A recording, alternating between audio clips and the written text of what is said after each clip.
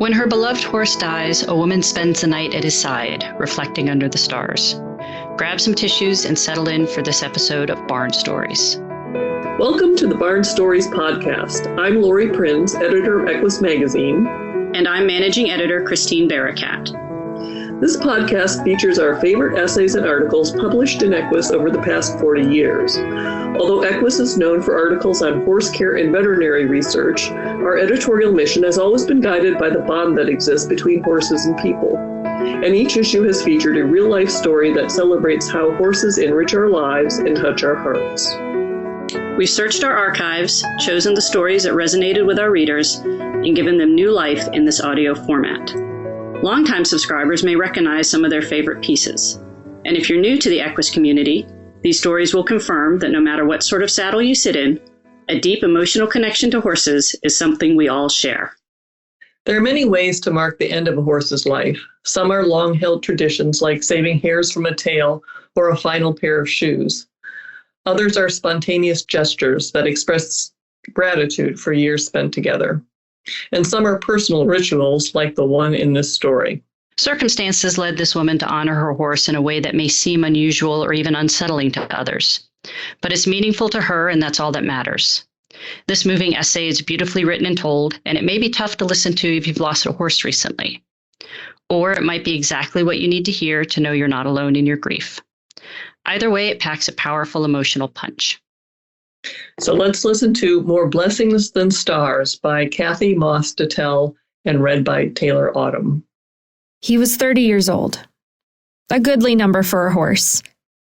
And the day before I found him in distress and unable to rise, he had eaten his dinner with that same satisfying, methodical crunch of feed and sip of water that he had perfected in the 20 years he had been in my life. I had named him Stinky the day after I bought him. I couldn't bring myself to say his registered name. It just didn't suit him. But he was an escape artist and a clown. That first morning, I found him in the aisle of the barn, visiting stablemates. Every blanket that had been tucked neatly on the bars on the doors had been pulled off and laid in crumbled heaps. A paper bag of nails, left by construction workers, hung from his mouth as he proudly waved it around. Oh yeah, he was a real stinker. But he was one of the best horses I've ever had, or will have. When I moved to New York City for a job, I took Stinky with me to stay in the city at Claremont Stables. This was the early 80s, and the stable was a short hack from Central Park through busy Manhattan traffic. Stinky never flinched. I rode often, after work or before. Central Park is huge, and the trail's inviting. One day, we encountered a group of about 20 boys and girls walking home from school. In the blink of an eye, they had surrounded me, close enough to touch. I didn't have time to warn them about not getting behind Stinky, where he couldn't see. No matter. 20 pairs of hands stroked his neck and patted his nose and shoulders, and he stood stock still. Today's episode is brought to you by Enjoy Yum's Horse and Dog Treats, manufactured by Jax. Enjoy Yum's treats come in 3 flavors, apple, carrot, and mint. They are made right here in the US of A and consist of only 6 natural human-grade ingredients. Being veterinarian-inspired, Enjoy Yums do not contain any wheat, soy, corn, or added sugar. Enjoy Yum's horse and dog treats are safe for all animals, goats and sheep included. It's what's inside the bag that counts. Choose Enjoy Yum's horse and dog treats to keep your pets happy and healthy. But now it was time to say goodbye. I tried to coax him up. He was sitting up with his front legs straight, but his rear end was not cooperating.